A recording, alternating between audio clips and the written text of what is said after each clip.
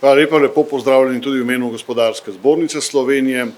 Najprej naj rečem, da seveda pozdravljamo, da bo svet za internacionalizacijo, da je ponovno zaživel. Zelo pomembna je koordinacija obeh ministrstev in pa podpornih inštitucij, torej podpornega okolja internacionalizacije, kjer bomo skupaj dorekli aktivnosti, kjer bomo skupaj dorekli ključne trge in ključne panoge, ki jih je treba še posebej podpreti pri prodoru na nove trge.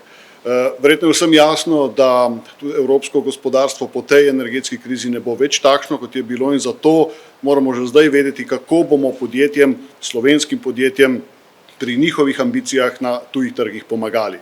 Tisto, kar na Gospodarski zbornici Slovenije vidimo, je, da je potrebno več pomoči pri razvojnih projektih, v okviru razvojnih projektov, kakršen je bil denimo NEDO. Tukaj vidimo, da za naša podjetja lahko res veliko podporne inštitucije naredimo.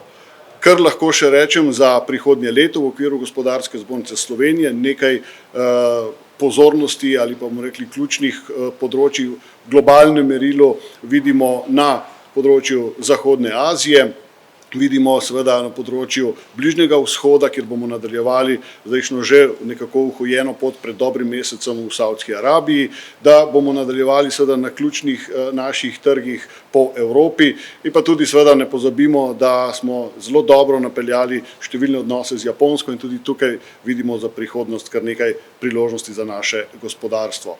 Prepričan sem, za Gospodarsko zbornico Slovenije je namreč internacionalizacija in pomoč našim članom pri njihovih prizadevanjih za vstop na tuje trge izjemno pomembno področje, da bo tudi v prihodnje tako, in še enkrat poudarjam, zelo pomembno se mi zdi, da bo koordinacija v okviru Sveta za internacionalizacijo sproti koordinirala te aktivnosti, kajti edino skupaj smo lahko dovolj učinkoviti, dovolj dobri, da res pomagamo našemu gospodarstvu do priložnosti na obstoječih in pri odpiranju seveda trgov oziroma vrat na nove trge. Tako da obema ministrstvoma najlepša hvala za to priložnost. Hvala.